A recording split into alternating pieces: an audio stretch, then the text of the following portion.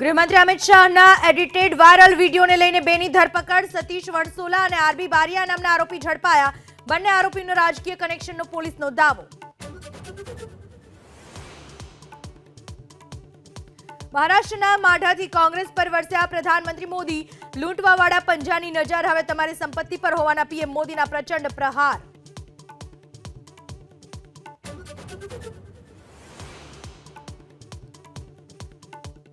કોંગ્રેસના રાષ્ટ્રીય મહાસચિવ પ્રિયંકા ગાંધી ફરી ગુજરાતમાં કરશે ચૂંટણી પ્રચાર. બનાસકાંઠામાં જ્ઞાનીબેન ઠાકોરના સમર્થનમાં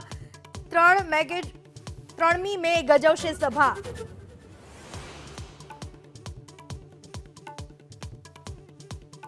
અરવલ્લીમાં મોડાસા કોંગ્રેસમાં ભંગાણ. ધનસુરા અને બાયડના કોંગ્રેસના અગ્રણીઓ જોડાયા ભાજપમાં.